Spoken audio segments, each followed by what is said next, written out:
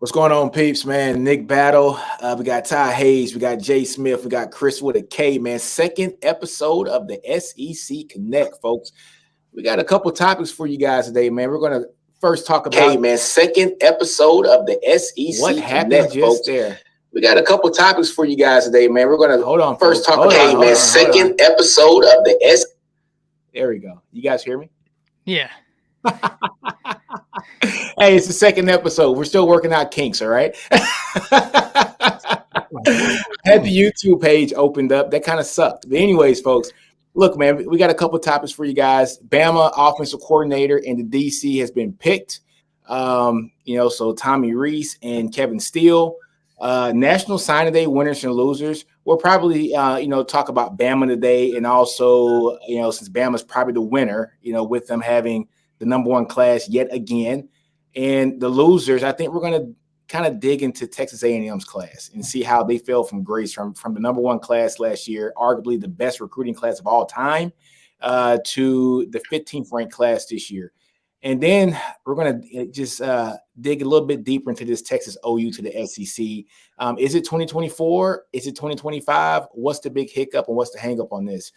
But, folks, let's go ahead and let's talk about the Bama OC and the DC positions. Like we said, Tommy Rees from Notre Dame gets picked up as the OC. And also Kevin Steele from Miami gets picked up. This will be his second stint here with Alabama. Ty, what you got, man? Where do you want me to start? Offensive coordinator or defensive coordinator? Let's go offense, man. So Tommy Rees is an interesting one, man. Young guy. When I watch the Notre Dame offense, and I am by no means a film expert, but I do try. I enjoy watching it.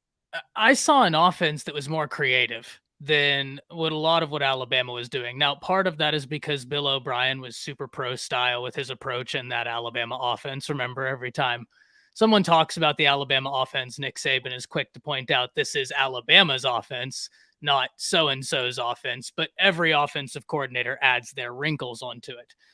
What Tommy Rees brings in that I do find intriguing is something I talk about all the time. Jay, you've heard me say it. Chris, you've heard me say it. Nino, you've heard me say it. If you have a new quarterback, great running back play and great tight end play can be that new quarterback's best friend. And that's exactly what Rees does. We're going to be breaking in a new quarterback. We're not going to have Bryce Young. Not only are you not going to have Bryce Young, you're not going to have Will Anderson. You're talking about 2 top 5 picks in the NFL draft, not there. And we get an offensive coordinator that plays to the strength of breaking in a new quarterback. Not only that, he was on that coaching staff that saw Notre Dame go to the playoffs where he coached up Ian Book. So I get it. The offense for Notre Dame left a lot to be desired. There are inconsistencies with some of the play calling with Rees, but I do see upside there. And because of that, I am excited. Now, the Kevin Steele one is a bit more puzzling, in my opinion, mainly because I think we have a better grasp of who Kevin Steele is, right? I mean, he's been coaching for a long time, head coach of Baylor from 1999 to 2002. Did not go well there, but he's coached just about everywhere. And his best defensive work came at Auburn, where he curated some top 10 defenses. For the most part, had them sitting in the top 15. Outside of that, with Clemson, I believe he got them a 25th defense his first year, 15th his second year, and then they fell off a cliff in the year 3. With LSU, he was like 32nd. Now, with Miami, this is where I'll leave it, right? Because this is the part where in the green room, I was telling you, Nino, that I didn't want to spoil the surprise. With Miami, the defensive numbers weren't good. I don't think I need to tell anybody that. Their defense was number 68 in scoring, and they gave up a lot of big plays. But when I started looking into Tommy Rees and this new hire, when I really dove deep into Miami, something caught my eye on their offense. They could not stay on the field to save their life. Now, I'm not saying that absolves Steele. But I'll give you the Clemson game, for instance. Clemson possessed the ball for 38 minutes to Miami's 21 minutes. In the Duke game, Miami's offense turned the ball over 8 times. So, yeah, he had Clemson score 40 on him. He had Duke score 40 on him. If your offense gives the ball up 8 times, you're going to lose that game. I don't care who your defense is. And if you get beat in the time of possession that bad, you're probably going to lose the game. In every game they lost where they had 40 points scored on them, only one did they win the time of possession battle, and that was MTSU, and there's no excuse for that loss. Like, as a defensive coordinator, you can't lose to MTSU with Power 5 talent, especially Miami talent. That's inexcusable. No, I'm not here to talk about that loss. Throw tomatoes at that one all you will, and I'll join you. But the only other game where they had any sort of semblance of an offense was Florida State, where they just eclipsed 100 yards rushing. Outside of that, in the Clemson game, they had like 30 yards passing. Yeah. This Miami offense was bad, and while that doesn't absolve Kevin Steele, it does give us an insight as to why their defense couldn't stop people from scoring. It's because they couldn't get off the field. They were on the field whether they did a good job or not, because the offense couldn't stay on the field. So that's where I'm going to leave it. I think if some people want to say they're underwhelming, that's fair. But I do see something with the Tommy Rees hire, and if the conspiracy theories are true with Jeremy Pruitt, the Steele hire would at least make sense. Cool. Yeah, so my only comment to that, man, is the Tommy Rees hire I thought was very interesting. He's a Notre Dame grad. And for Saban to go pull a grad from that school to come be his OC when he already has that position at his when he didn't follow Brian Kelly too. Yeah. So that right there, that's kind of a big issue. I mean, like, that's a big deal, so having the guy leave his alma mater to come to a different school is just kind of, mind-boggling for me. But one thing that you did say, Todd, was that with a brand new offensive coordinator, with a brand new quarterback, best friend is the tight end. If you go back and look at Notre Dame this year, Notre Dame's tight end was your leading receiver. He had 850 yards or so with 9 touchdowns. He was their leading receiver. Rees runs a very balanced offense. If you guys just go and just check his stats out, passing yards this year around 2,500 yards, rushing yards this year around 2,500 yards. So he runs a very balanced offense, gets the ball to his tight end, makes that his playmaker, slows the game down for his quarterback, eases him into the game, and just lets his quarterback work after that. So I think it's an awesome hire. I think it's one of those hires that we're going to look at here probably in the next couple months and say, damn, that was a hell of a hire. Why didn't anybody else think about that? So, man, kudos to Saban. He's the OG, man. He knows what he's doing. So, yeah, just to pull Rees from Notre Dame with that guy being a grad, it's just straight crazy. So I'm gonna jump in and Nino, I'm gonna kind of piggyback off of what you say. I disagree in some areas. Not your overall point that it's a good hire. I think it's a really good hire. One of the things I want to say is that I don't think that the tight end is gonna be such a focus at Alabama the way that it was at Notre Dame, simply because you have a plethora of talent on the outside slot, all the rest of that. He didn't have that there. Ty, we talked about this on and off camera. I think one of the problems that we all can say, the consensus of the panel would say, he didn't have the quarterback play that he probably will be able to have at Bama. Hopefully he will be able to have. Hey, look, regardless of what you want to say right now, even on paper, those the quarterbacks at Bama have more upside today, at least on paper, than any of the quarterbacks that they had that he's dealt with there at Notre Dame. I don't disagree with that. There's a reason they brought in Sam Hartman in the transfer portal. Yeah. And then the other thing is that, hey, I mean, it's Bama. I see why he went there. It's Bama. It's a great chance. I know he could have probably went down there to to LSU with Kelly or whatnot. But I think that just kind of like Pete Golding, essentially how he left. I think it's kind of the same terms for him, where I love my time here at Notre Dame, but it's time for me to kind of go on and spread my wings and get away from this, and plus get away from I guess the toxicity that's around there, really is, which is just aimed at him solely because it's a love-hate relationship for a lot of Notre Dame fans with him.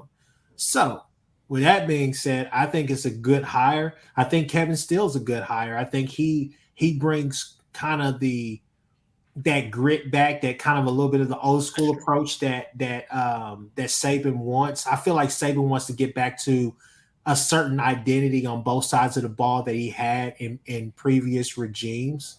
I think that he's fine with having somebody who wants to run a spread offense, but who can be, he can give you a variety of looks out there. But I think on defense, he wants to get to something. My opinion is I think he wants to get something more traditional. So, Jay, what you got? Listening to all y'all talk about this or whatnot, and honestly, I like the Steel hire. And Ty, you kind of reinforced kind of my thoughts behind them going ahead and hiring him. He's been there before. He knows Saban. He knows Alabama. He knows what they're trying to achieve. And if Jeremy Pruitt is in the wings waiting to take over for him, that's even better. You can't beat that. We're trying to get back, kind of like you said, Chris, we're trying to get back to what Bama, that hardcore defense. And not to say that Pete Golding kind of let it go, more so that Pete tried to put his imprint, it seems like, and that did not work out long term. It's one of those, he's young. He was a young guy that I figured that Saban was really trying to groom, and it just got to the point where it was like, yeah, you need to go spread your wings and do something different. It's not going to work for what I'm trying to achieve. And so bringing in somebody like Kevin, even though I'm kind of surprised because, didn't he coach at that other school for a little bit? Yeah, he did. That's where he did his best work. Yeah. Right. Exactly. And so it's just weird. A buddy of mine, he's a big Bama fan like you, Ty. And that was his first thing was like, are we really bringing that effing dude back? And I'm just cracking up because not that he's a bad coach, it's just that he went to that other team. So yeah, y'all are pissed about it. Some people are pissed off about that part, but I digress. I think that it's still a good hire just because, like I said, he's got history. Offensive wise, me and Ty, we've talked about this on your show, Around the Table Sports, and the creativity is needed. Just like you said, Bill O'Brien's more pro-style offense, like Bobby Petrino was like at Louisville, and the expectations of the players to run that offense does not align with them being collegiate athletes. In the NFL, at the 6-yard curl, why you do that and why other players go where they're supposed to go. In college, most of the time, they just show up and be like, I go where? Okay, and I'm just going to stand there. You'll start noticing the difference in that level, and some players just aren't at that mentality to be able to handle that much autonomy at that position. And Bill O'Brien was really just letting people do what the hell they want to do for the most part, or make choices that they probably shouldn't have made. So, yeah, having a coach like Tommy that can get creative and actually tell people where to go and what to do, I think this is going to be a big move that he was only hindered by the quarterback play he had at Notre Dame. And, I mean, if you really think about it, Ian Book got drafted by the Saints because of this dude. Yeah. That tells you something, right? That should tell you enough. It's just the rest of the quarterbacks that came in weren't it. And Brian Kelly did want him at LSU. And he decided to stay because he wanted to, I guess, do his own thing and not really be under Brian's shadow. But this is a great opportunity. I mean, I think the thing also, man, their run game at Notre Dame at times, there were games where it was, as the kids would say, it was mid, but there were times where it was an excellent scheme. He came in there, he knew exactly what he wanted to do, what parts of the defense he wanted to exploit as far as with that run game. As far as, I mean, he had those running backs doing a lot of different things back there, whether it was screens, all types of stuff. He utilized them in the passing and the run game especially. And you're just eager to see what he could do with the backs there at Bama. And the thing about the backs at Bama is that he's going to have different looks at that position where, Ty, who's the 5-star? I'm not Ruben Owens, but Justice Haynes or Richard Young. Yes, Yeah, Richard Young. So, Richard Young. Oh, yeah, with Richard Young, come on, man. I mean, like, his size, athleticism, all the rest of that, the Justice Haynes kid. I think Jace McCullough is going to be. I'm so excited for Jace this season. Yeah, no, if Jace can stay healthy, I mean, that's what I'm saying. You have a plethora of backs that you could put the ball in their hands and say, hey, let's go win this game. And if that's the mentality that he's wanting to get to, then there's not too many other coordinators outside of guys like obviously Jeff Levy and a few others who really put a onus on the run game. So I like the looks that he's going to be able to bring, and I'm eager to see what the quarterback battle, how that pans out, and what we're doing in the passing game next year for Bama. Yeah, I just hope that he doesn't figure this out until about week 3. Because Texas plays in week 2. But don't forget about Miller. Miller as a running back. Yeah, Jamarian Miller, really solid athlete. He is special. He was committed to Texas. Nick Saban wanted that guy so bad. He put full court press on him at the last minute to get him to flip. And he played a lot this year, especially in the bowl game. And man, he's going to be special. Now it's just a matter of who's going to start at quarterback. I love me some Jalen Milroe. I mean, I love some Milroe. I saw him play in high school. Just an amazing athlete, an amazing kid too, by the way. So everybody who talks about him just talks about just a quality of person he is. But man, he is one hell of an athlete, and he was one of those guys that did not get utilized right, underneath Bill O'Brien. He started one game against A&M, and like in that game, they didn't use him right. But whoever can get the best talent out of him, I think is going to have a gem with them. So, that's my thing about Tommy Rees. But to talk about, Steele, I think Saban just wanted to simplify the defense, stop all these exotic things going on. Hey, sometimes, guess what? I need a 3-man front. Sometimes I need a 4-man front. I don't need all this. Give me what is it, like the 1-5? Oh God, the 1-4-6. Yeah, I don't need all that. Simplify the stuff. Bring the guys in to play what they were recruited to come in and play, and not all this exotic stuff. Saban is a defensive guru, a defensive genius, right? He wants to make sure that the concepts that he has in his mind, he wants that to be transparent to his players. And for that to happen, he definitely has to have a DC in place that understands the way that he thinks and knows exactly what Nick Saban wants. So I think Kevin Steele's going to be a good hire for him. I hope so. I really hope so. And, Chris, you talk about how they used the running back at Notre Dame. They had 2 running backs go for over 700 yards this season with the Irish. But one of the things I loved, if you go back and watch the Notre Dame Clemson game, the way he kept Clemson's defense so off balance that game, like they had such a tough time keying in. Mm-hmm. He was flipping between 11 personnel, 12 personnel. I was really having a lot of fun watching that Clemson game. He's a young dude, Reese is. I think he's got a lot of upside. You talk to Notre Dame fans, and it was wild to me how many of them were like, oh, well, I think we're going to be better off without him. So I'm super interested to see it. I think that he may have had some inconsistent moments at Notre Dame. That's probably true, but I think his upside is very apparent and the creativity is there. I think the talent he'll have too is going to be compelling. Exactly. All right, folks, we talked enough about Bama. Let's go down to National Signing Day, man. Let's talk about winners and losers. We're going to highlight 2 teams today. Who are we going to talk about? We're going to talk about your team, Ty, Alabama, as a winner. And a loser, we're going to talk about. Can we just do them like a few weeks down the line? Nobody's talking about Alabama no more. Yeah. They've got enough airtime. Let's talk about Texas A&M right now. All right, and so Texas A&M, folks, going from arguably the best class ever assembled in the 2022 cycle, having 9 or 10 5-stars, something ridiculous, right? Pretty much all of them are transferred out now. But but going 8 of them, they had 8. They had 8 freaking 5-stars, bro. 8 5-stars, and they all gone. They all gone, and now coming to this season, having the number 15 ranked class. Now, one thing that I will say, it's headlined by I think one of the best 5-star athletes here in the country, in Ruben Owens. He's a beast. Yeah. He's amazing.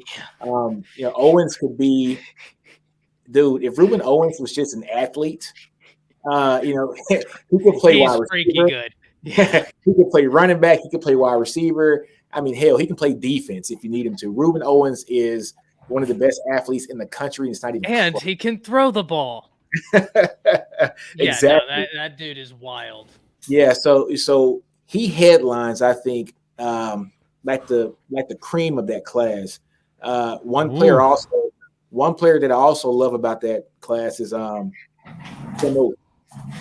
Temu is one of those big defensive linemen, 6'3", 375-pound defensive lineman. I wanted Texas to get him bad. I thought he's the perfect kind of player for a PK scheme. A&M came in there and got him. This kid does backflips at 375 pounds. He's an athlete. Hey, man.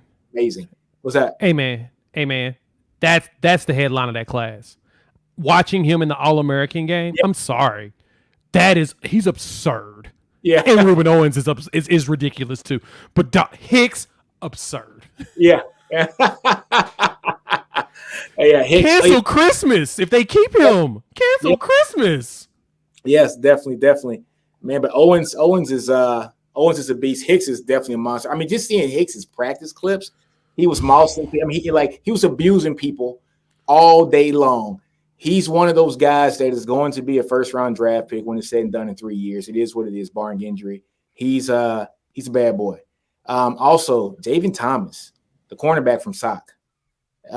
He's another great player too, man. So they clean up on the defensive side of the ball, I think, fairly well. One thing that I thought A&M could have did it just a tad bit better. They did, I think, pretty well for the offensive line for guards. But when it came to tackles, hardly anything. Right. And so you can't build a class of all guards for your offensive linemen. Right. And so they had this problem I said about 4 years ago as well.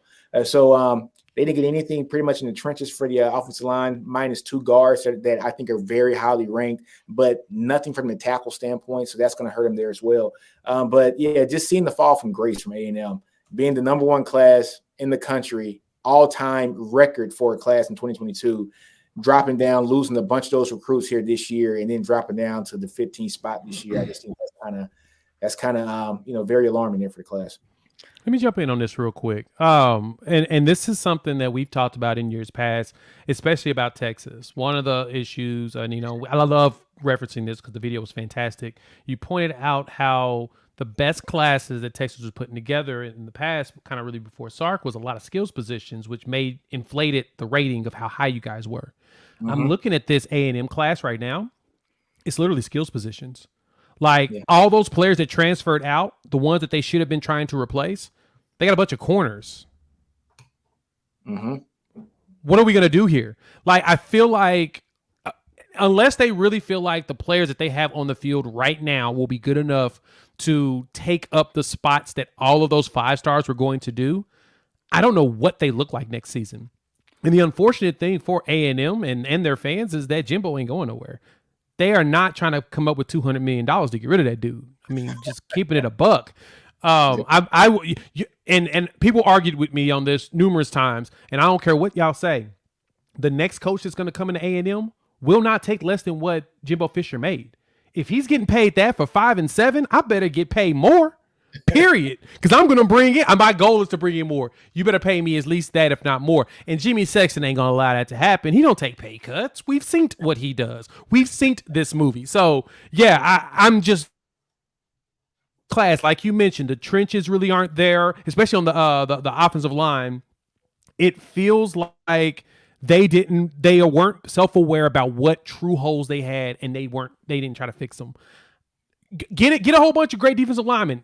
Awesome. That's cool. They're all going to go pro. And you're going to go 5 and 7 still because you're missing so many other components. Unless Ruben Owens is going to start next season, which he probably is. I think he's their best running back now. As a freshman, that's a little scary. But at the same time, he's built like he's like 25. That might be okay. But who's going to throw the ball? Who's going to catch the ball? Mm-hmm. If all I got to do is stack the box to stop Ruben, man, I don't know. I falling that low concerns me for A&M fans, and I kind of like them suffering. They got Evan Stewart. I like the Stewart a lot. So Wagman's good too as well, man. So it's going to be interesting. It's going to be interesting, man. I think one thing that y'all got to account for, and I know we're talking about mainly their recruiting classes, but one thing you gotta factor in there is do we see the reemergence of Bobby Petrino, the offensive coordinator or the offensive guru that a lot of people fell in love with, or do we see something that's still stale that seems to be pretty much a product of or a product or a byproduct of Jimbo. So I mean, I think that's the question, because if they can get the right juice there with a quarterback, I don't think you necessarily need an amazing quarterback. But if the Weedman kid, if he can be the player that a lot of people think he still can be, that he has that potential, I think you'll be fine, because you can start getting those players in space. I think, didn't Muhammad stay? Moose Muhammad, yep. Yeah, He's still there. He stayed. You got Evan Stewart as well. So they're pretty covered. And then that was the other kid. I can't say his last name. Ines. And Anais Smith. He's in the coming league. back. No, is he? He's coming back next Yeah, year. he's coming back. Yeah. But he left for some reason. Okay. Yeah, No, I'm tripping. so I mean, like, you're gonna have talent there. The thing about it is, it's always about stacking those classes, and that's what you thought Texas A&M would be able to do with the money or whatnot. But in the midst of the lack of production, I've said it about OU. I was like, hey, look, a lot of people are still high on OU, and obviously, I think their class speaks volumes that everybody is still high on OU. But you have to have that payoff, and for Texas A&M, I don't know. I know that their money, they could throw money around. They could talk a great game about money. But in the midst of all this Jalen Rashada stuff and some of the rumblings that we heard about guys like Jordan Addison out there at USC with this whole NIL stuff not falling, kind of basically falling apart, or them not realizing as much NIL value or money that they were promised, I think it's something to definitely take into account with all of this that's going down there with Texas A&M, because there's several factors that go into it. But I think right now it's more of the on the field product that a lot of players are probably weary of, and then also the tumultuous locker room that they have, because that's a big thing. So I don't know. I think there's several things that really go into it why their class wasn't as good as it was last year. Yeah, and I'm going to have to look. I think there's a conversation we need to have about A&M. Unfortunately, I don't know that it needs to revolve around recruiting. And because of that, if we're saying who lost in the SEC in recruiting, I can't in good faith say it's A&M. And I'm going to break down why. A&M, we need to have a conversation about, because they just extended Jimbo Fisher and went 5-7. We need to have a conversation about A&M because of the brashness of Jimbo Fisher. And we need to wonder what the future holds. This offense ranked 101st out of 131 this year. So it's a good thing they bring in Petrino. They had to. What this looks like, I don't know. My biggest worry for Texas A&M is that offense ran exclusively through two individuals, and one of them got hurt early on. Now, luckily for A&M, they get him back in Anaya Smith. The other one is gone, A-Chain. A-Chain, in my opinion, is one of the most underrated college football players in the nation. What he does on a week-in, week-out basis is simply incredible. That dude is so gifted. He was what that offense needed. Now, they don't have him next year. They have Ruben Owens, and I do agree with you. I think Ruben Owens is a 5-star personified. Can he help them instantly? I don't know. This offense had so many holes. I don't know. And though they lost a lot of people to the transfer portal, let's look at who they didn't lose.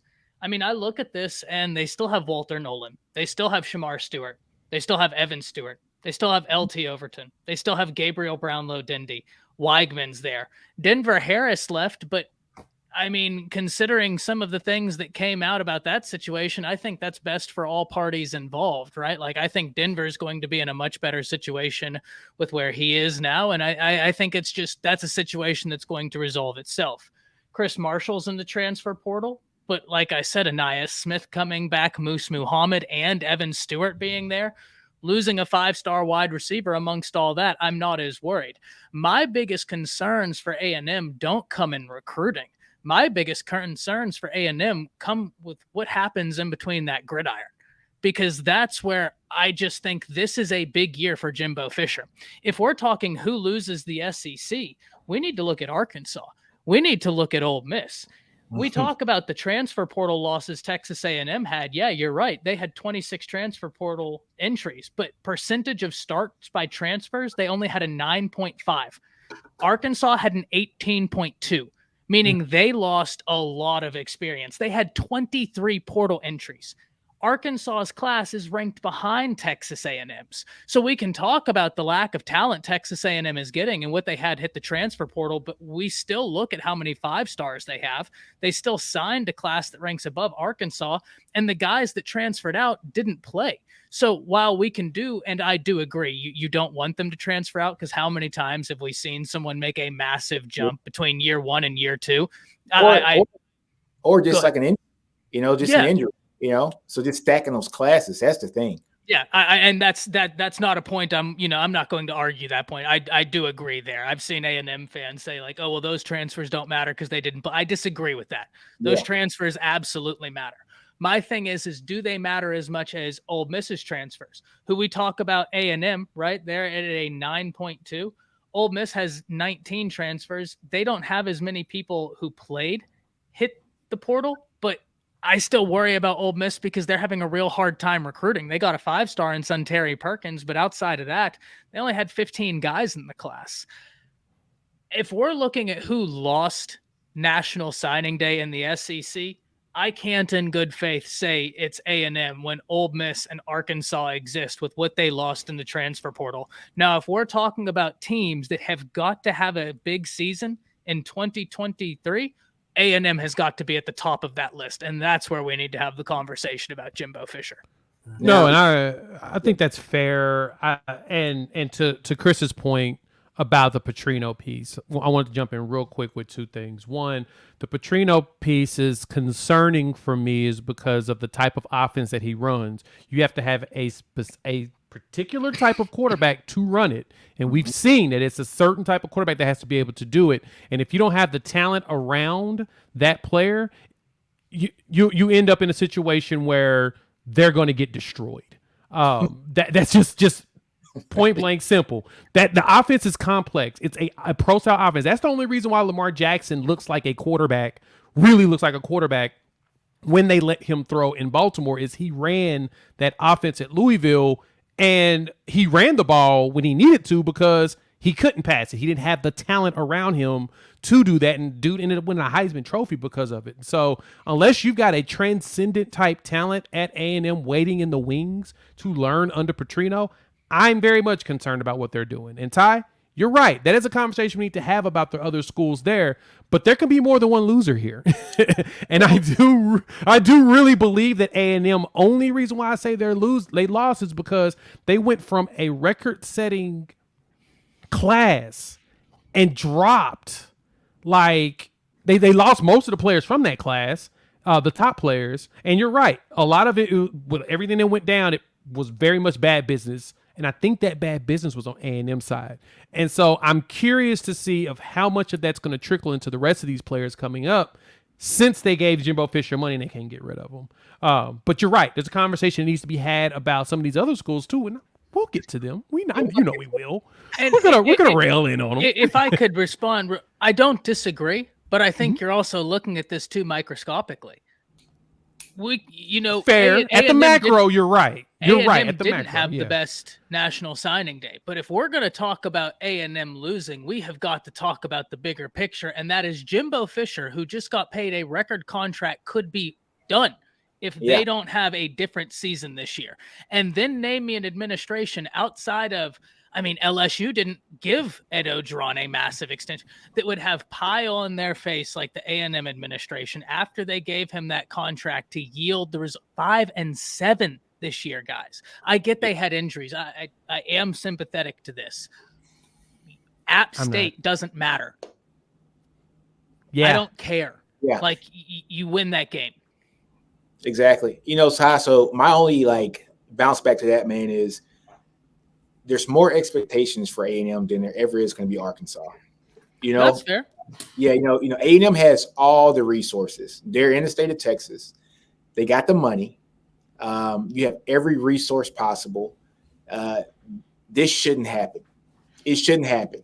Texas does the same thing. We have a bad record. We still end up halfway recruiting, halfway decent because you just can do it in the state of Texas alone. So I think, have y'all looked that dysfunctional? No, but but that makes my point though. There's much more expected for Texas A&M than there is Arkansas. There's much more expected for Texas A&M than there is Ole Miss. They're the ones who went out and hired a coach that was a national champion. They're the ones who are flexing muscle, throwing $100 million contracts. I agree, but that's why I think focusing on National Signing Day is an oversimplification of a much grander issue that needs to be addressed. Oh yeah, definitely. It's all just a trickle-down effect from that, right? But National Signing Day is definitely one of those issues. I'm surprised that they kept a guy like David Hicks. I'm truly surprised. I had my money on Hicks going to OU. I was like, A&M's a disaster. He's going to OU. All right. I'm just being honest, but he stayed the course. With Owens, I think everybody in the mom knew that he was not staying at Louisville. I think that was the worst kept secret ever. All right. So, that was just a matter of where was he going to go? So A&M was the most logical situation. Parents and some, his dad can come see him play every weekend. His mom can see him play. It just made the most sense, right? But yeah, there's a lot expected from Texas A&M. They're the ones who wanted to be the high-profile school, trying to chase the other schools, signing the high-profile coach, giving him a hell of an extension after one decent season, going out and I won't say pay for a lot of recruits like Nick Saban said, but go out and use NIL to get the best recruiting class in the history of college football, only to see those guys leave the next year and then not replenish. So you're not able to stack those classes like, Jay was saying.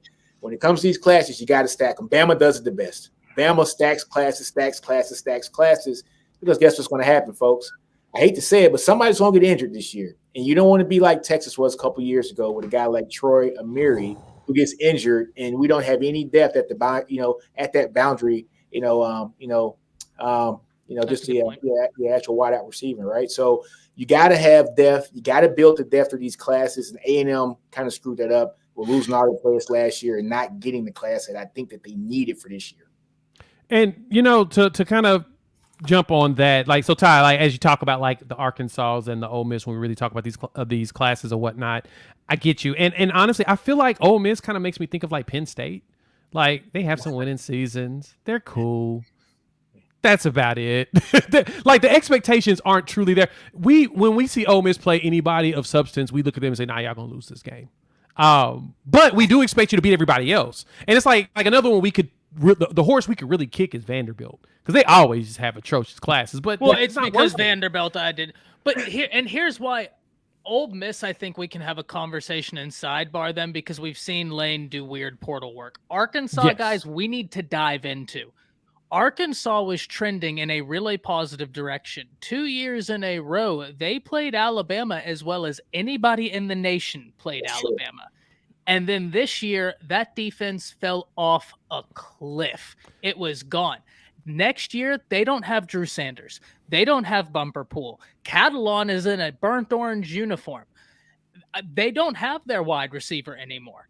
I don't know, there's serious and I think I feel this way. Let me be fully transparent here. I was high on Arkansas, high being relative to, Arkansas expectations going into 2022. Who Arkansas reminds me of? Arkansas, and my other comparisons, Arkansas reminds me of Oklahoma State. They get a bunch of 3-star players, they coach them up, and they go in and fight a lot of teams. They just show up dang, we're 10 wins? Where'd this come from? Yeah. But they never can get over the hump, especially in recruiting. It's more of I'm going to recruit guys, and we're going to build you up and develop you, and we're just going to hope for the best. And I think that's probably, and like you said, you were high on them. I've had years where I've been high on Okie Light, looking at Oklahoma State you know what? They might be. They had their one chance to go to the national championship, and they blew it. They're just like Arkansas, historic basketball programs, won national championships on the court. Just the football side, it just has its moments where you just can't figure it out. Everybody would love for Arkansas to be better. I just want them to be good. I just don't think Sam Pittman's going to be. I think Sam Pittman's going to keep them competitive, and I think he'll be competitive enough to keep a job. I like, and they'll be happy with it. I love Sam Pittman. I love Sam Pittman, but I don't think that they're gonna be. They're not. They won't be Ole Miss. Let's put it like that. Yeah, they're so they are a school that is going to be good every 4 or 5 years. I mean, like they're going to there you go. One really good season every 4 or 5 years. They're going to be very consistent though. They're going to be once things start to run, they're going to be a consistent 7 to 9 win team. And maybe then I expect too much. And then like in that one season, they're going to spike up to maybe 10 or 11 wins, and we're going to be like, that's Arkansas, and then they're going to fall back to the mean, right? So that's so that's kind of my comp for Arkansas. That's fair. Chris, what are your thoughts on this riveting conversation about the Razorbacks in there? Look, Arkansas is Arkansas. I told you guys from the get-go, I like them, but they're going to go as far as KJ Jefferson can go. You guys got a huge pickup. It depends on whether he can be healthy for you guys in that secondary with Catalan. Yeah. But I mean, they lost some key pieces this year. I think one of the things that I think one of the downside to Arkansas this year was, in my opinion, the offense. I think that I don't know what it was with Brow's offense. He just could not get it going. They were really inconsistent. I mean, we all watched that game that they had to make that miraculous comeback to I forgot what it was, but it was like it was definitely a G5. Well, no, it was like was it an FCS school or was it a G5? I think it was a G5. Either way, it still took them. They had to make a comeback to do that. But I think at wide receiver, they didn't have that guy.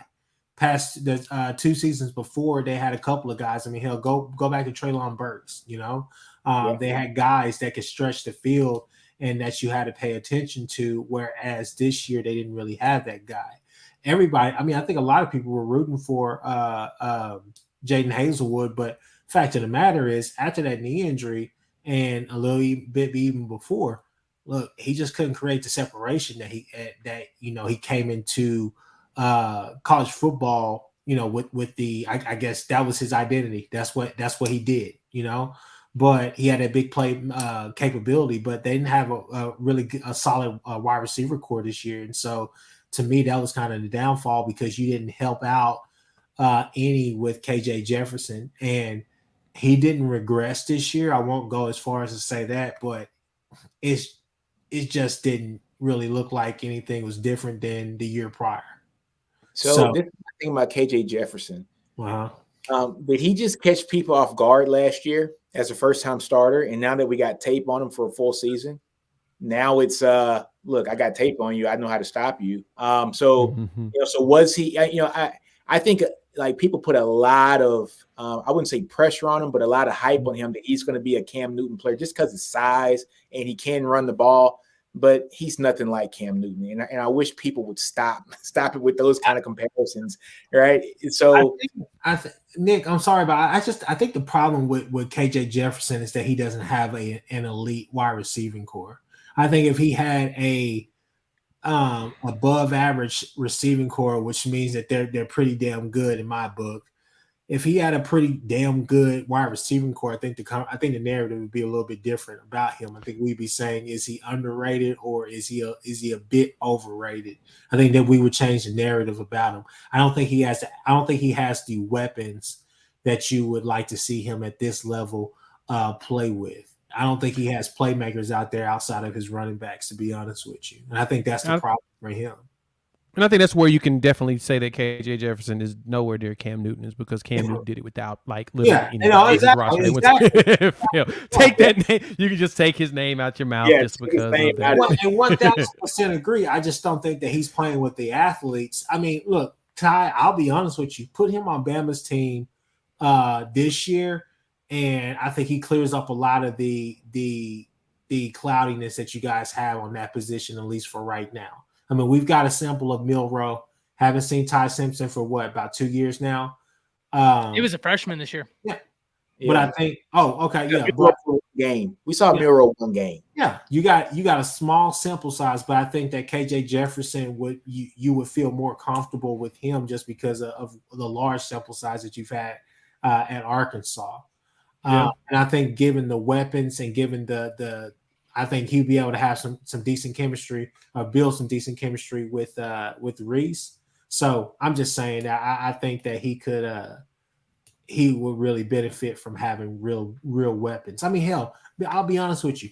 Give him the wide receiving core there at Missouri with Burt, Ooh, yeah. Theo Weiss, some of the wide receivers that he has there, and I bet you he would do some work. Or even the ones they just lost, even the ones that Missouri just lost in the transfer portal, man. Yeah, I can see that. I just think Arkansas doesn't have that guy on the outside, or at least in the slot, that could really help him do what he needs to do. Well, it also doesn't help when your passing defense is like 128th in the nation. Yeah. And not only that, but here's you know what? Gloves are off. We're having the conversation. So their passing defense is that bad. They lose Jordan Dominic to Colorado in the transfer portal. He gave them 7.5 sacks and over 40 quarterback pressures. Yeah. He's gone. Drew Sanders isn't there anymore. Bumper Pool, I don't think he's there. That's a lot of production that's just gone. Jalen Catalon, I get it. He didn't play this year. So if an Arkansas fan wants to say we're not going to feel that loss, in a roundabout way, you probably won't, because your secondary already had so many problems this year and he wasn't there. So him not being there next year, you just watched a full season of that. But make no mistake, if the young man is healthy, geez, that's one of the biggest transfer portal moves that's happened, period. Full stop.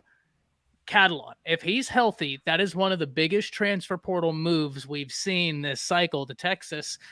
And through all that, I do agree with you, Nino. You make a great point. Chris, you make it. All of you make it. The expectations, right? Jay, you talked about it as well. And that's all fair. I just look at Arkansas and I'm like, man, you were so close to trending in the right direction and you were going there. And now this offseason, you have so much gone, so much production gone. I'm really interested to see what the Razorbacks do next season. Yeah, it's gonna be interesting. We'll see. Yeah, we'll see. I can see Sam definitely developing from within and somebody showing up or whatnot. But you're right, Ty. They lost a lot of actual play experience and that can hurt. And then they lost their OC, so it's they've got some rebuilding to do. I feel like, y'all know I love It's Always Sunny in Philly. I feel like that Charlie, whenever Matt comes in and he's in the mail room, that's how I am with this. Like, we got to talk about the mail. Can we please talk about Arkansas? Like, we've got to talk about it. They need help, and that's why for me, in a roundabout, they're losing the offseason in the SEC. The expectations, yes, are with A&M, but as far as a loser, I got to throw Arkansas out there, and it hurts me to say it, but they have lost so much. Yeah, we'll see what the Dan Enos thing looks like. Have y'all even really looked him up? Yeah, no. So Enos, let me pull it up. He actually, whenever he was there last with Arkansas, I have it somewhere. In 15 and 16? So he was one of two offenses that had a 3,000-yard passer and a 1,300-yard rusher. He was only one of two offenses in college football to do that, and he did it twice with the Allen brothers. You remember them? Austin Allen, Brandon Allen. Yeah. So he did it with them. And I'm not saying the offense was a world beater. That's just an interesting little tidbit that offense was known for. Oh wow, yeah. That offense in 15 is only one of only three offenses in that school history to surpass 6,000 yards, 2,500 yards rushing, and 3,400 yards passing. Jesus. Yeah. Christ. So they, that's a lot. Did they play defense? How much defense was played in that game? Wow. Oh. I want to see the defensive stats now. I have to go back to 15 and go see. Let me pull them up now in college football stats. I want to see what the heck they did on defense, because that tells, man. Now, as a winner, 6,000 yards. If you had an average defense, you're doing something. Yeah. Now, as far as winners are concerned, guys, I know Alabama, 9 5-stars in this class. Headline: Keon Keeley, Caleb Downs. I mean, you look at Bama's biggest need, interior defensive line. They signed 5-star James Smith. Edric Hill, Renaud. I mean, they cleaned up a class that it's wild that it doesn't get talked about as much because it's number 2 in the nation. This Georgia class is really, really good Wilson, edge, that kid is going to be one to watch. Aguero, the safety, really talented. Jordan Hall is another one that acted out at that All-American game. I mean, he was a problem.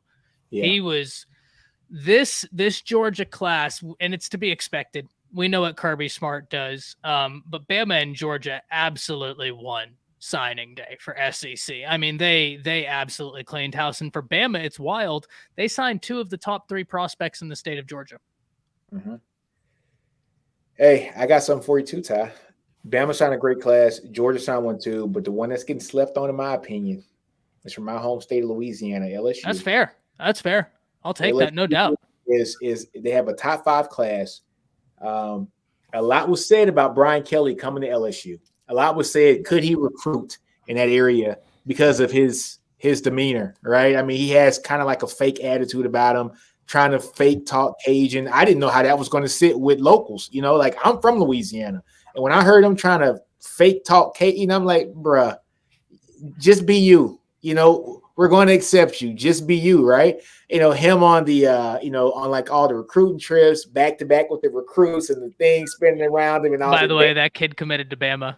I know, but it's just like, I didn't know how Brian Kelly was going to fit down there. I always knew he was going to coach, but he's a hell of a coach, and everybody knows that. I just didn't know for this first cycle, how were the parents and how were the players going to take that?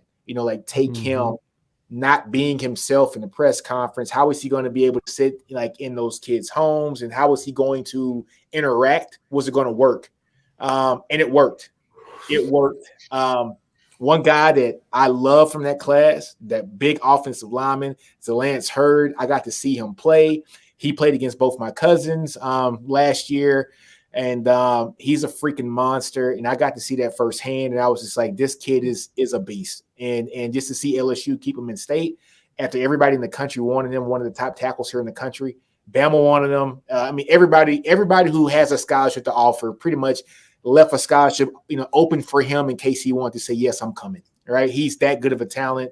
And for LSU to keep him, even after the coaching change and everything, I thought that was extraordinary. But for Brian Kelly to come in with a top 5 class his first year, for me, that says a lot, man. I think the thing about it is that we've seen this before. The only thing for him is how consistent can he be? And then also a lot of it really rides on Jaden Daniels. Yeah. Can we please talk about with LSU? LSU fans will go crazy. Tennessee fans will go crazy, and they'll probably hate me for saying this. Can we please acknowledge that it took them 2 of the greatest performances that they've ever had in their program's history to beat Alabama? Can we please acknowledge the fact that it went down to the wire to beat Alabama? Alabama team that we all could say underachieved this year. Things are going to be different, especially now they have to go to Tuscaloosa next year. And I know that we're saying that, they have a lot of questions and this and that, but you got to think about it. They're playing Tennessee and LSU around about the mid part of the year. So that's going to be probably, game 6. I think it's game 6 for Tennessee when I looked at their schedule. And that's going to be around game, 7 or 9 on LSU schedule time. I'm not sure where you guys played them at on your schedule, but by that time, you would think that a lot of players would have been settled in that Reese and Steele and Staben especially would have been a circle the wagon with the guys that they're going to have. So Texas lost. That's a November game, yeah. And November game for LSU. I think that. So my point basically is this right here. I think that I'm going to take a wait and see approach. Look, I have to do that because a lot of these people are taking a wait and see approach with my team, my coach, all the rest of that. So I'm going to take a wait and see approach with some of these other teams with guys that I don't believe in all the way.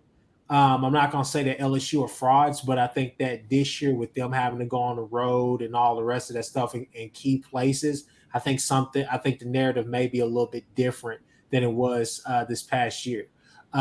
They have for both of them, it's their 9th game. Yeah, and they both got a bye week before they play. So it's like the perfect scenario. It's gonna be a good game. It's gonna be awesome. It's gonna be awesome. Defense is going to be the biggest thing. I think for Tennessee. Tennessee is that team right there. Every year I pick a team that I say is that you guys know who I'm talking about. Huntley when he played for UCLA with Jim Mora as head coach. Everybody always try to have them in their top 5, top 10 rankings whenever the season started, and you were like, no, they're not that good. So Tennessee, in my opinion, they strike me as that team that could underachieve this year. Because, like I said, man, Joe Milton probably had the best arm. He had probably the best arm talent on the team last year, even with Barry. Well, that's how we got down that country.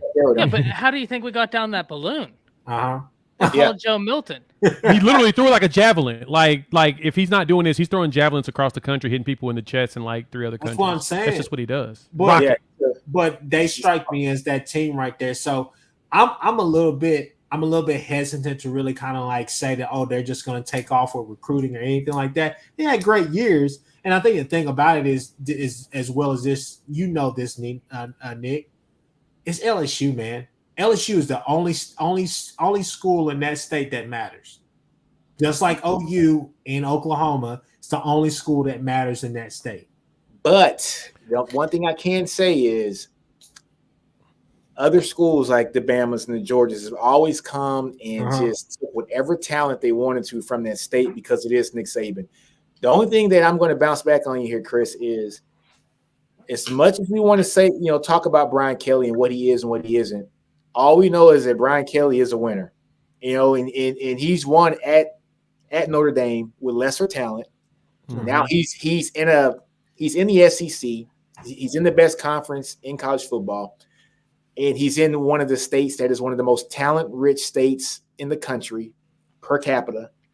And he is going to be able to get all those kids if he starts to win. And I don't think it's going to be an if, it's when. It's when he starts to win consistently. He's going to start pulling off 9, 10-win seasons easy. Hell, this year was a 9-win season. It's his first year, right? So, I mean, just think about it. He took his team to the SEC championship this year in his first year. All right, so there's only things that can get better from this. Jimbo couldn't even do that, and he's a championship-winning coach, right? And he's had all the resources too in the state of Texas. What was that? I was like, yeah, right. And this year, Brian Kelly got 10 of the top 25 players in the state of Louisiana to come to LSU. Exactly. That's huge.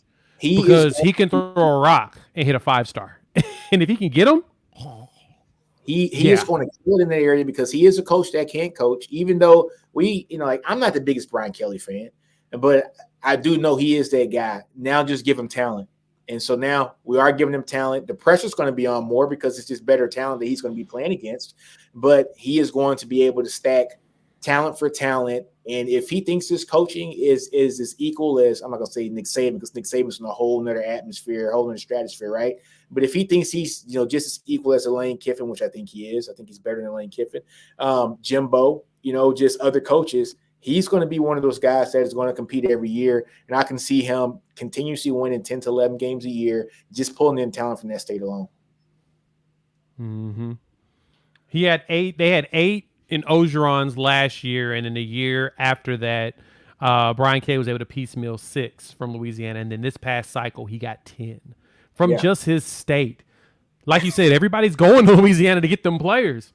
Yeah, Louisiana and Florida are 2 places that these coaches heavily recruit, and then you throw in Georgia and Texas. Brian Kelly did it right. If he can just keep the in-state talent there, he will have an Ogeron run. There's a reason why since national championships, talent's there. You just gotta go get it and then coach it. And it almost goes in autopilot because the talent just gets great. I think it's there. Just do it. I think the biggest thing is where are we gonna do it at quarterback? And I think Ty would agree with me too. I mean, hell, let's be real. Let's be real. What did we just talk about to begin this show? Tommy Rees having subpar quarterback play. Who was picking the quarterbacks? No, but bounce back up from that though, Chris. When Jaden Daniels leaves, No. we're gonna figure it out. But that's the thing here, though, is that Fair.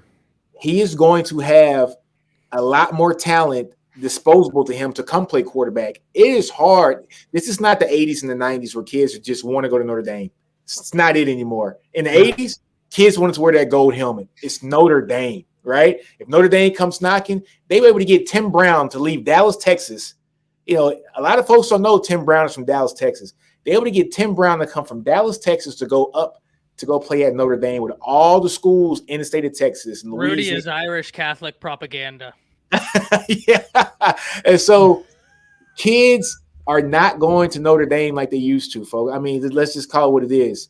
Down there in Louisiana, when those quarterbacks are going to be coming out of some of those high schools, he's going to be able to keep some of those guys in state or dip into Texas, you know, like to the Houston area and tell mama, hey, you can come see your kid play every weekend. You're just a 2.5-hour drive away. Right. So, you know, hey, anytime you get a chance to talk on cameras, always talking to mama. That's what Matt Brown used to say. I think he's going to be fine with the quarterback position. But here's the thing. So Walker Howard, the former 5-star, he transfers out from LSU. He's not there anymore. He's with Ole Miss, which makes the Jatavian Sanders situation even more perplexing. Like, you chose to transfer to a place where you have to compete with Jackson Dart and Walker Howard. Spencer Sanders. Don't talk about Jatavian Sanders. I'm sorry. We're talking SEC, so the Spencer Sanders. I apologize. The Spencer Sanders transfer more perplexing. I don't know why he went to Ole Miss, but there's a guy, Chris, on that roster who I got to watch play live. He's from right down the road, and he is uber talented. Garrett Nussmeier. Ooh, Nussmeier. And you know that last name. He's been prepped for this. No. He's been around the game of football his whole life, right? He's just I'm not going to say like Arch, but if we're building a house and we can put many people in the house, like Arch, like a Caleb Downs that went to Alabama. Caleb Downs, his uncle played in the league. His brother is Josh Downs, who's going in the league this year. And I think his other uncle is Dre Bly, who's the cornerback coach, who is just – so some dudes are just prepped, right? And Nuss he came in against Georgia. And I understand Georgia had been prepping for Jaden Daniels, a quarterback with a totally opposite skill set. So I'm not going to say this point to say bad Georgia defense. They weren't prepping for this kid. And he is a different skill set than what they were prepping for. He came in against Georgia and went 15 of 27 for 294 yards and 2 touchdowns. This dude right here, if he puts it together, he's dangerous. He could be dangerous. How good, I don't know. But, like, good enough to where I'm interested. I'm curious to see what the future holds. Say, Tassel, just like you said, not Arch, but he's a guy that's floor is extremely high. You know, his ceiling might not be the highest, but Nussmeier's floor is extremely high just from the foundation. In theory, no doubt.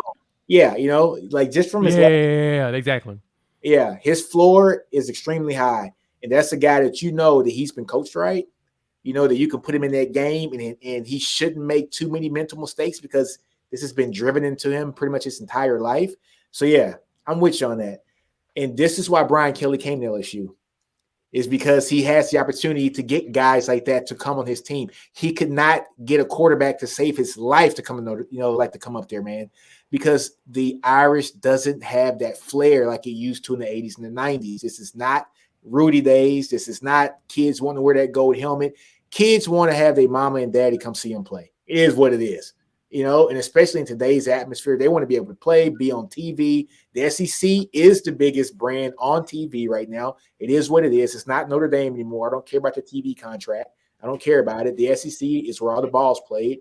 And this kid is able to stay close. He's going to play great ball for Kelly. And Kelly finally gets to have the opportunity to get that talent to come to his school and not have to beg for it to come. You know, like he's not gonna have to beg anymore. It's do you want to come or not? Because scholarships are short, right? So, man, this is a perfect situation for Kelly.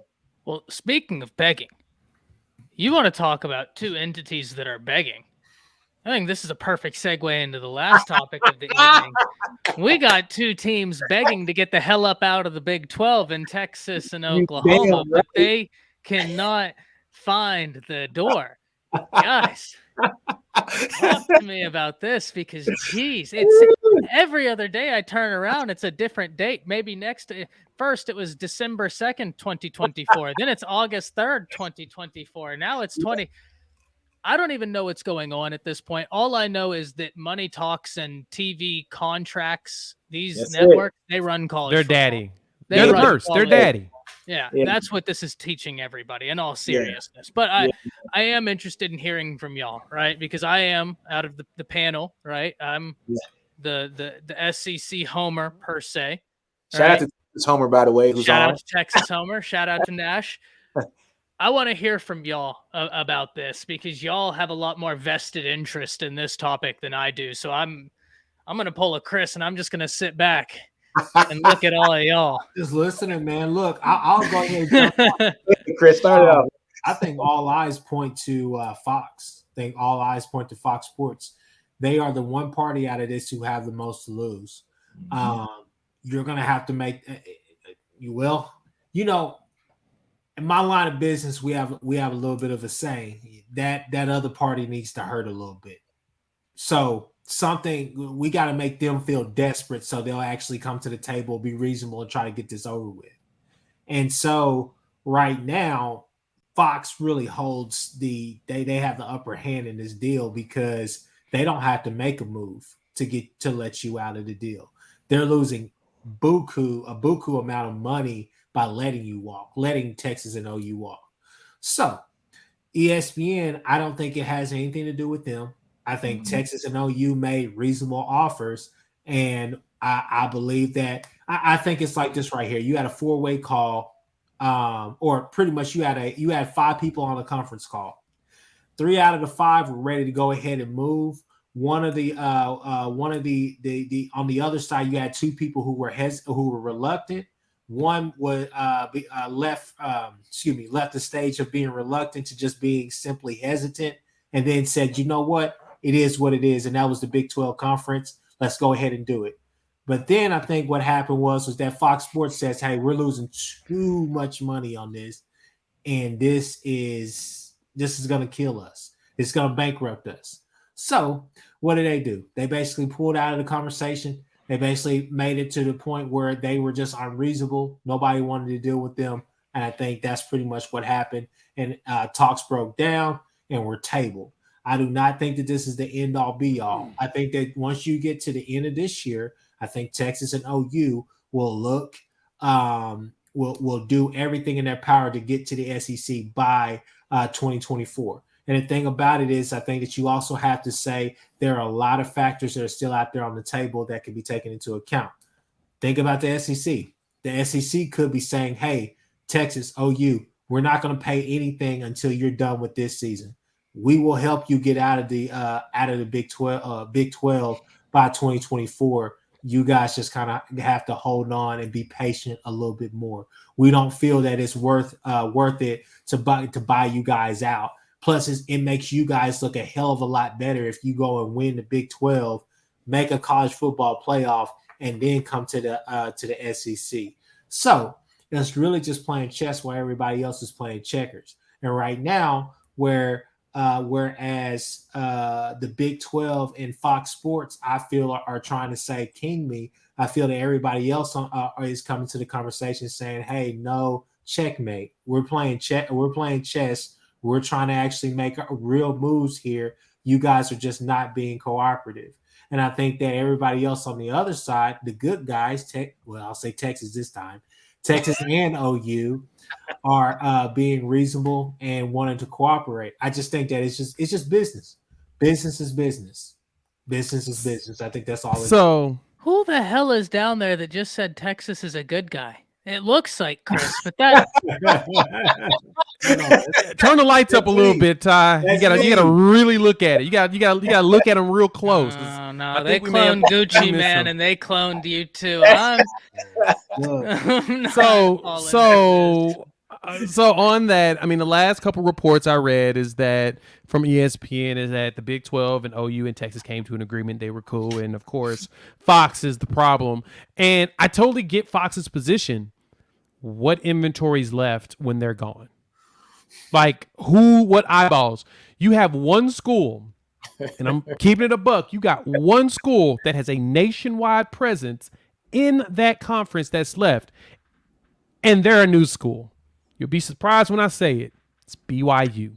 Because every Mormon supports that school. I'm keeping it a buck. No, it's just like Notre Dame's presence around the country. It's the exact same thing with BYU. They have a similar allure. Catholics to Mormons. They support them. You can go anywhere in the country and find a Mormon, you will find a BYU fan. It's wild, but that's their presence. That's why they could survive as an indie when they did. And for Fox, it's like, what other inventory do I have in this conference? Like, what's left? Like, who else can I actually sell ads and get eyeballs on? You ain't got nobody. That's just the honest to God truth. ESPN knows. Oh, I got the SEC. I'm Gucci. Y'all go there. My inventory just went up, and that contract's going to jump up once they add those two schools. But the Big 12 negotiation with their TV deal, it's more of the TV deal comes up to 25. It's going to be a good deal, but it's not going to be as great as the Big Tens or the SECs because unless y'all add me some inventory, what am I going to do with this? You're giving me meat and stuff and ingredients to make a meatloaf, but it's not going to come out the meatloaf you think because you forgot a lot of important stuff like the meat. What am I going to do without meat to make meatloaf? It doesn't work that way. That's where your problem is. Well, I'm excited for the new Big 12. Like, I'm stoked being excited for a new college football conference, like that's a low bar, right? Like you saying, oh, we're adding in Cincinnati, BYU, UCF, and Houston. Like, I'm like, hell yeah, that's awesome. But for the average college football fan, and not even the average college football fan, from a business perspective, right? Forget Ty's intrigue level. From a business perspective, those four brands don't make up what the Big 12 is losing. We talked about this episode 1. Of the top 25 brands in college football, 12 of them, when Texas and Oklahoma make the move, will be located in the SEC. Yes. Craziness. That's it. It's bananas. It's bananas, but that's the thing. But yeah. This reminds me of, everybody here is a college grad. And this reminds me of the first time you have that one class where you have no assignments due, you have a midterm and a final, right? And so the Big 12 has their midterm. And the midterm is Texas and OU are leaving to go to the SEC. That's the midterm, right? The final exam is, all right, it's not to down the road. We're going to handle this final exam. It is what it is. Season's over with. It's final exam time. And you're like, oh, shit, the test is next week, right? I haven't studied all year. But I brought in Cincy, I brought in UCF, I brought in BYU, I brought in Houston, but I'm losing my top dogs to the best conference in college football. I am losing them now. I haven't prepared for this test. I thought I prepared for this test, but I haven't. I brought in 4 sub-tier teams that aren't going to bring in any eyes to this conference. I'm losing my 2 biggest folks.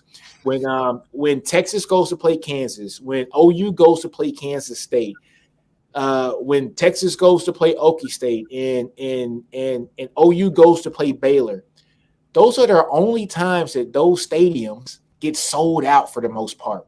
It's when those 2 big boys come. So they make a lot of money, not only for the conference, but for those schools on those dates as well.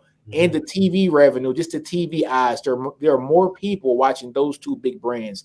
So the Big 12 they kind of got caught with some egg on their face saying, all right, you 2 leave. I'm going to put 4 more teams in, and it is what it is. But they failed the final exam because they didn't realize that, hey, I need to study a little bit more and maybe bring in somebody with a little bit more, oomph, right? Need a tutor. They can get that tutor they need. They knew they needed a tutor. They're like, nah, we can figure this out. Get to the end, like, oh shoot, I should have probably got that tutor, shouldn't I? The Big 12 is basically going to, excuse me, the Big 12's calling card will be that they cannibalize each other. That's all it's going to be. It's going to, I think the Big 12, in my opinion, I think that, You know, they have a big bulletin board behind them. They're going over this every 5 minutes saying, hey, this is what we lose when we leave them. This is a deficit that we will be in. We're losing this much money, blah, blah, blah. But I also think that they're saying, hey, do we have a Texas who is going to draw those storylines each and every year with their classes and the potential that they have? Do we have somebody, Nick, you'll like this one. Do we have somebody like OU that can win 6 Big 12 championships? Do we have anybody like that who can really forge that type of history and tradition in this new Big 12? Hold on. New Big 12. So, hey, I mean, that's kind of what you're saying if you're the Big 12 and then also Fox Sports. Fox Sports is like, well, hell, I mean, we got USC, but you know, like what do we do? You know, it's just, I don't know, man. It's a lot that you're losing, so you're not one to let go of that. Yeah. I think. Well, one last thing, I'll let you go, Jay. I think one thing that the Big 12 is going to have to do is until. And I think PG would like this point. PG, shout out to PG, the PG show, but shout out to PG for this one. I think he'll like this point. I think somebody like OSU or TCU would have to become the new force in the Big 12. I really do. Because that's the 12-team playoff. There's a chance to stay relevant. Those teams are located in prime are in prime position to actually make a push in recruiting and all the rest of that stuff. They have the facilities, they have all the rest of that stuff. I don't know, for whatever reason, they just don't do it, you know? But like I'm saying, I think the Big 12 is really going to need to shift its focus to basketball. I think all of us on here can probably say the Big 12 is the best basketball conference in the nation, in my opinion. Easily. Chris, were you just talking about Oklahoma State? Yes. That's why. That's two. I award you negative 100 points. Oklahoma State is not. They're gonna. They have the second worst recruiting class in the Big 12. If we look at average recruit rank, they have the worst recruiting class in the Big 12. Okay. Lundy would get off his ass and do what he needs to do. And if a frog had wings, it wouldn't bump its ass when it up.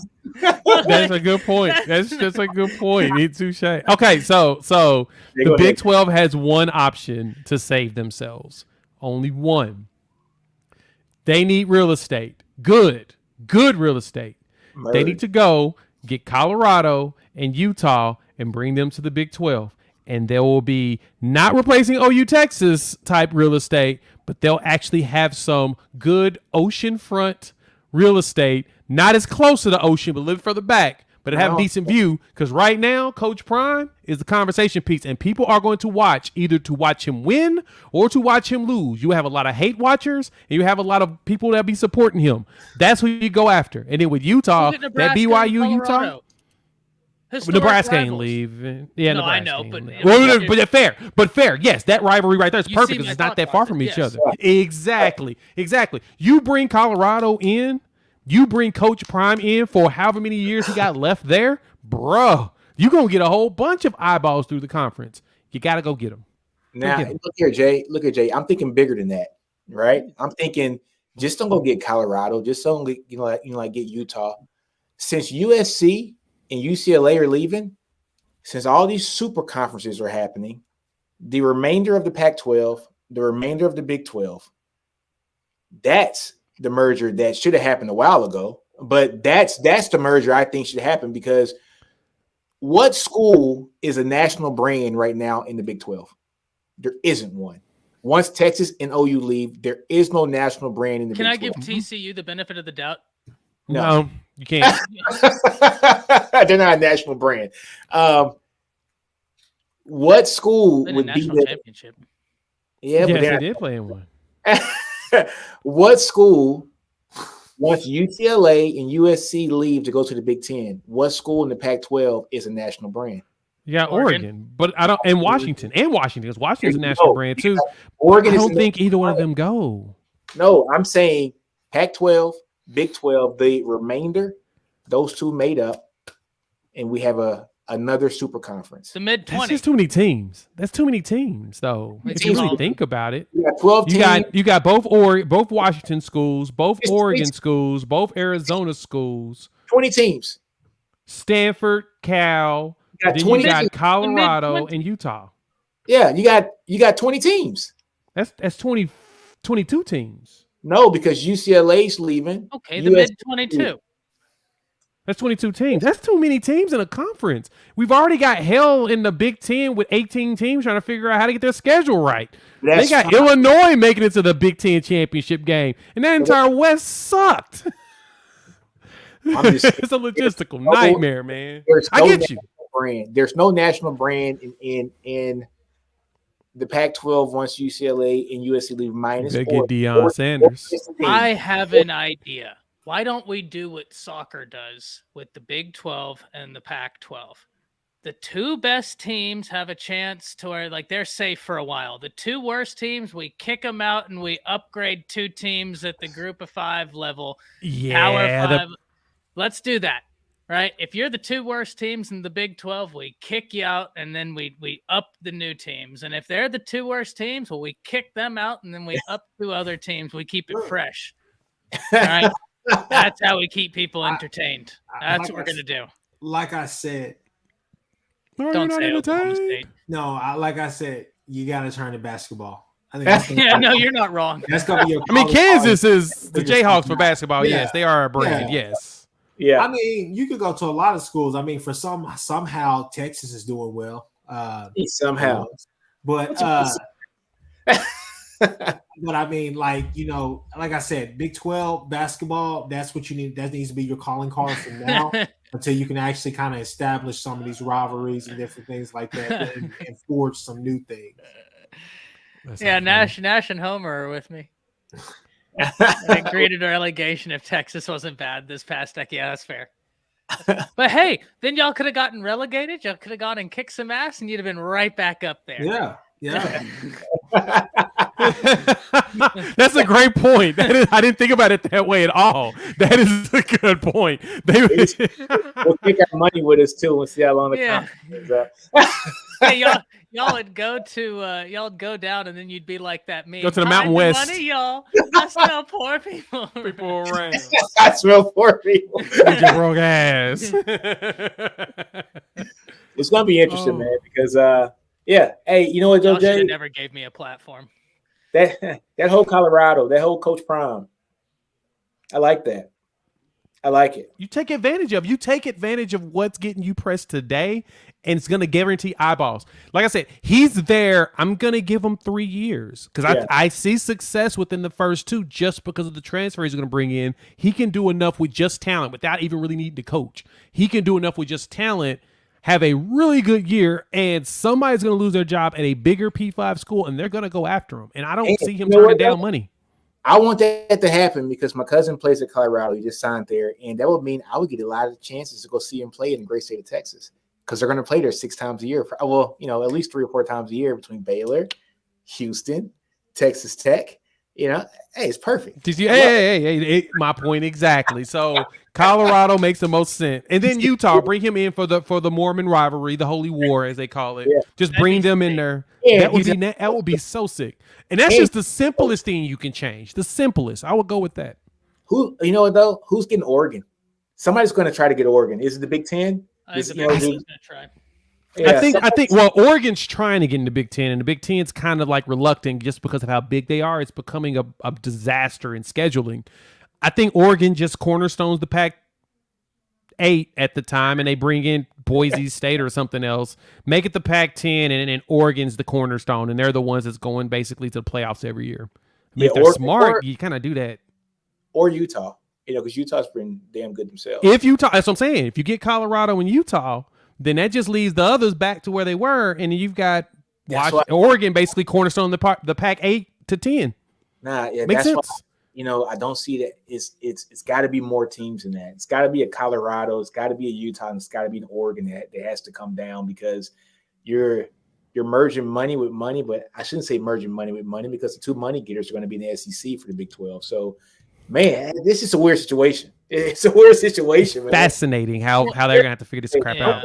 I like that Coach Prime. I like that Coach Prime to the Big 12 with Colorado and Utah, and because they've already been there. Yeah, they've already just go back home. Yeah, don't you want to go home? Don't you miss your home? And also, what's perfect about this? One thing that's getting lost is Dion is in Cedar Hill, Texas. That's where his home is, right there in Dallas, and so he can recruit that area like none other. He knows the ins and outs. He's a hell of a guy when it comes to just getting talent to come to a school. So he knows the back roads. He knows all the schools, all the coaches. The coaches love Coach Prime. They're going to send their kids there.